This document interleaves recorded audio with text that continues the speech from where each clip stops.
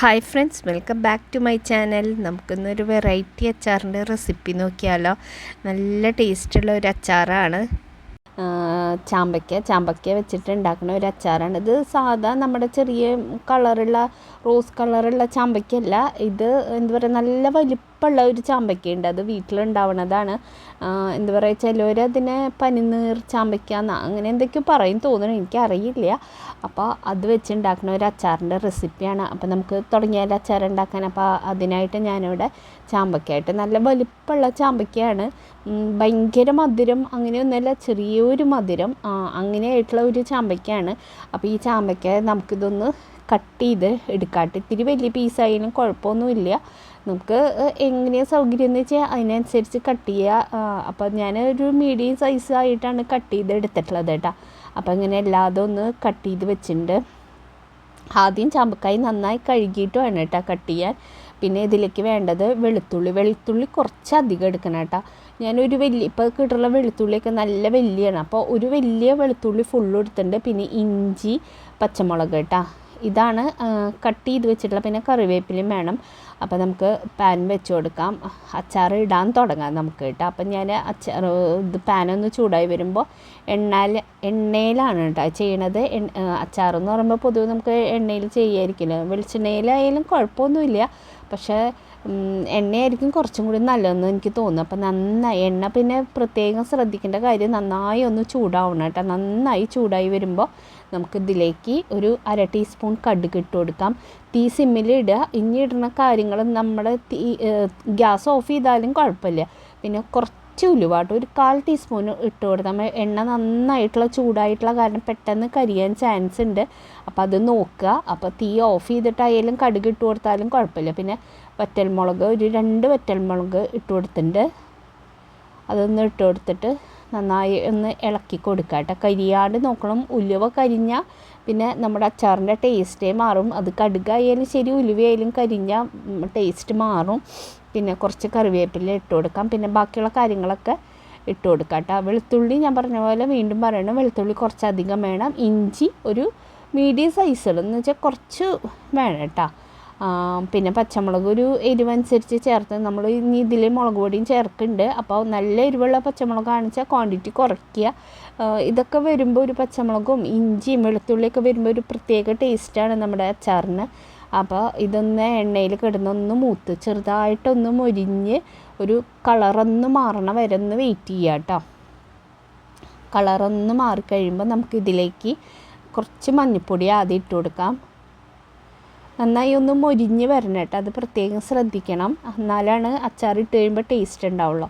പിന്നെ ഒരു 1.5 ടീസ്പൂൺ മുളക് പൊടി ഞാൻ ആഡ് ചെയ്ത് കൊടുക്കുന്നുണ്ട് കേട്ടോ. ആദ്യം 1 ടീസ്പൂൺ ഇട്ടിട്ട് ഒന്ന് പെട്ടെന്ന് ഇളക്കാം, പെട്ടെന്ന് കരിയും. അപ്പോൾ അതിന് ശേഷം ഒരു 1.5 ടീസ്പൂണും കൂടി ഇട്ട് കൊടുക്കുന്നുണ്ട്. അപ്പോൾ ടോട്ടൽ 1.5 ടീസ്പൂൺ ടേബിൾ സ്പൂൺ അല്ല, ടീസ്പൂൺ കണക്കാണ് ഞാൻ പറഞ്ഞത്. അതും ഇട്ട് കൊടുത്തിട്ട് നന്നായി ഒന്ന് ഇളക്കി മൂപ്പിച്ചെടുക്കാം. മുളക് പൊടി കരിയാണ്ട് പ്രത്യേകം ശ്രദ്ധിക്കണം. പിന്നെ ഇതിലേക്ക് ഇതുവരെയായിട്ട് നമ്മൾ ഉപ്പ് ആഡ് ചെയ്ത് കൊടുത്തിട്ടുണ്ടായിരുന്നില്ല. അപ്പോൾ 1 ടീസ്പൂൺ ഉപ്പ് ആഡ് ചെയ്ത് കൊടുത്തിട്ട് പിന്നെ നമുക്ക് നോക്കാം. ഉപ്പ് കുറവാണെങ്കിൽ പിന്നെ ആഡ് ചെയ്ത് കൊടുക്കാം. ആദ്യം തന്നെ കുറേ ആഡ് ചെയ്യേണ്ട. പിന്നെ ഇതിലേക്ക് ഒരു 1/4 ടീസ്പൂൺ, 1/4 ടീസ്പൂൺ ആഡ് ചെയ്യാം കേട്ടോ. 1/2 ടീസ്പൂൺ ഉലുവയുടെ പൊടി വറുത്ത് പൊടിച്ചതാണ് കേട്ടോ, ഉലുവയുടെ പൊടി. പിന്നെ അതേപോലെ ഒരു 1/4 ടീസ്പൂൺ കായും. അത് നമ്മൾ വാങ്ങണ കായ ഉണ്ടല്ലോ, അതാണ് വറുത്ത് പൊടിച്ച ഉലുവയാണ്. എന്നാലും ഈ എണ്ണയിൽ കിടന്നൊന്ന് വാടിക്കോട്ടെ എന്ന് വിചാരിച്ചിട്ട് ഞാൻ ആഡ് ചെയ്ത് ഒരു 1/2 ടീസ്പൂൺ ആഡ് ചെയ്താൽ മതി കേട്ടോ.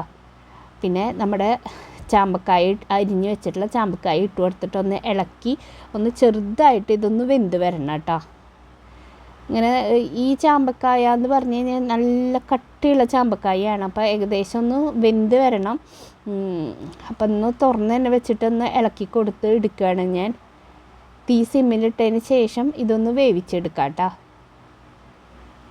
പിന്നെ ഇതിലേക്ക് ഒന്ന് ഏകദേശം ഒന്ന് വെന്ത് വരുമ്പോൾ ഇതിലേക്ക് 2 ടേബിൾ സ്പൂൺ വിനാഗിരി ഒഴിച്ചു കൊടുക്കണം. വിനാഗിരി എന്തായാലും ചുരുക്ക പറയില്ല, അതെന്തായാലും ഒഴിച്ചു കൊടുക്കണം കേട്ടോ. എന്താ വെച്ചാൽ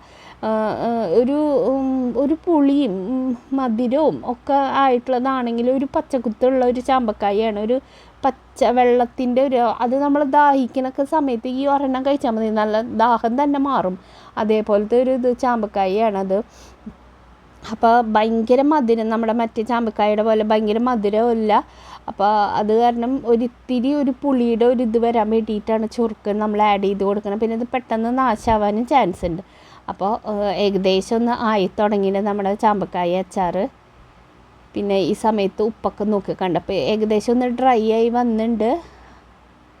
നമ്മളിതിൽ വെള്ളമൊന്നും വേറെ ആഡ് ചെയ്ത് കൊടുത്തിട്ടില്ല. ആ ചാമ്പക്കായിൽ നിന്ന് ഇറങ്ങിയ വെള്ളം മാത്രം, ആ വെള്ളം കൊണ്ടാണ് നമ്മൾ ഒഴിച്ചു കൊടുത്തിട്ടുള്ള നമ്മുടെ എന്താ പറയുക നല്ലെണ്ണയും കൊണ്ടാണ് ഇത് വെന്ത് വരണത് കേട്ടോ. അപ്പോൾ ഉപ്പ് നോക്കിയപ്പോൾ ഇത്തിരി കുറവുണ്ട്. അപ്പോൾ കുറച്ചും കൂടി ഒന്ന് ഉപ്പിട്ട് കൊടുക്കുന്നുണ്ട് ഞാൻ. എന്നിട്ട് നന്നായി ഒന്ന് ഇളക്കി കൊടുക്കാം കേട്ടോ. പിന്നെ ചാമ്പക്കായ കുറച്ച് എടുക്കണുള്ളൂ എന്ന് വെച്ച് കഴിഞ്ഞാൽ അതിനനുസരിച്ച് നമുക്ക് കായും ഉലുവയും ആഡ് ചെയ്യുമ്പോൾ അതിൻ്റെ അളവ് കുറയ്ക്കുക കേട്ടോ. ഞാനിത് കുറച്ച് എടുത്തിട്ടുണ്ടായിരുന്നു.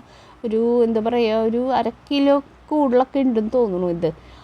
അപ്പോൾ അതൊന്ന് ഇളക്കി കൊടുത്ത് ഒന്നിങ്ങനെ സൈഡാക്കി വെച്ചിട്ടുണ്ട്. നമ്മുടെ ചാമ്പക്കായ അച്ചാർ ഇവിടെ റെഡി ആയിട്ട് എല്ലാവരും ഒന്ന് ഉണ്ടാക്കി നോക്കുക കേട്ടോ. നല്ല ചാമ്പക്കായ, ഇതിപ്പോൾ ഈ ചാമ്പക്കായ തന്നെ വേണമെന്നില്ല, മറ്റേ ചാമ്പക്കായ നമ്മൾ സാധാ വീട്ടിലുണ്ടാവുന്ന ചാമ്പക്കായ കിട്ടുമ്പോഴും ഉണ്ടാക്കാൻ പറ്റിയതാണ്. അപ്പോൾ എന്തായാലും എല്ലാവരും ഒന്ന് ഉണ്ടാക്കി നോക്കുക. അപ്പോൾ വീഡിയോ ഇഷ്ടമായെങ്കിൽ ലൈക്ക് ചെയ്യാനും ഷെയർ ചെയ്യാനും സബ്സ്ക്രൈബ് ചെയ്യാനൊന്നും ആരും മറക്കരുത്. Thank you friends for watching.